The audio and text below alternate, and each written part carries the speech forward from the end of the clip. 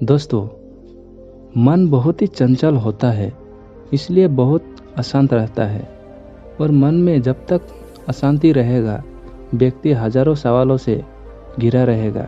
व्यक्ति को जब तक मन में चल रही सवालों के जवाब नहीं मिलेगी, उसका मन अशांत ही रहेगा। लेकिन मुख्य प्रश्न यह है कि मन को नियंत्रित कैसे किया जाए और मन को कैसे समझ जाए। गौतम बुद्ध कहता है कि इस कहानी में उन्होंने मन को जानने के लिए 6 चरणों के बारे में बताया गया।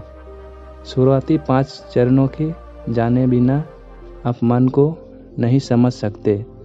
जानते हैं इस कहानी के बारे में। मन को जानने से जुड़ी गौतम बुद्ध की कहानी। एक बार एक व्यक्ति गौतम बुद्ध के पास गया और पूछा कि मन के नियंत्रित करने का पहला चरण क्या है। बुद्ध कहते हैं, अपने मन को समझने का पहला चरण है इसके द्वारा दिए गए लालच की विवर्त के देखना।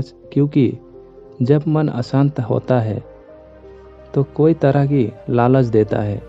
जिसने मन द्वारा दिए इन लालचों के पहचान लिया, उसने मन को समझ लिया।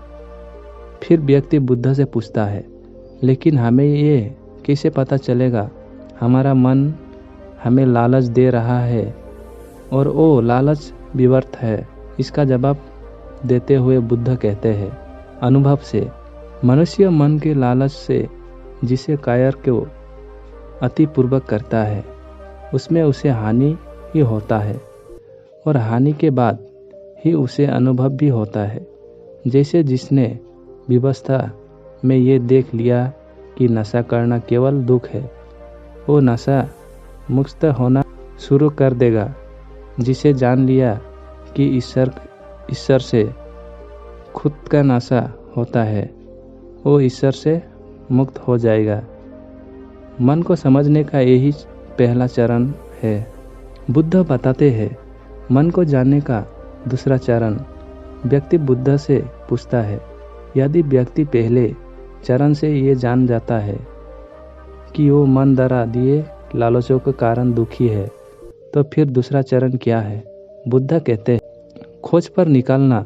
दूसरे चरण के लिए ऐसा व्यक्ति को खोज पर निकालना होगा जो कि पहले ही अपने मन को जान इससे मुक्त हो चुका है, क्योंकि वही तुम्हारा मार्गदर्शन का कर पाएगा। बुद्ध बताते हैं, मन को जानने का तीसरा। व्यक्ति कहता है, लेकिन ऐसा व्यक्ति पहचान कैसे होगी। बुद्ध कहते हैं, यही तीसरा चरण है। सुनना ही अपने मन को समझने का तीसरा चरण है। व्यक्ति कहते हैं, क्या इसे देखकर पता नहीं किया जा सकता।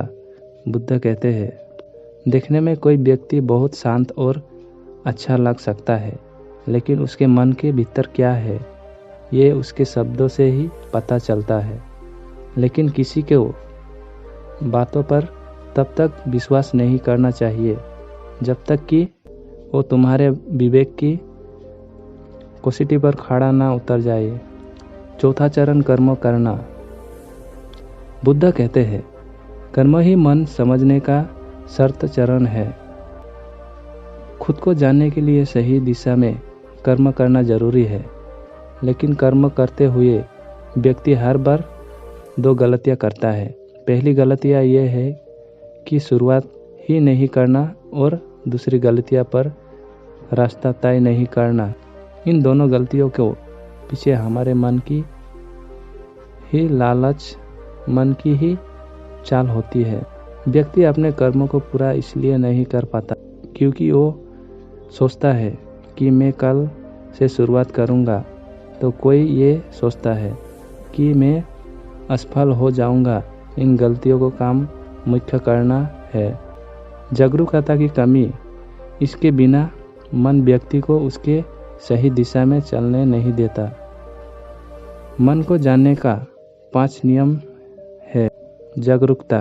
बुद्ध कहते हैं, मन को जानने और समझने का 5वां चरण है जागरूकता। इसलिए है, कायर जागरूकता के साथ करो, बिना जागरूकता के साथ किया गया कायर या फिर जिया गया क्षण मृत्यु के समान है।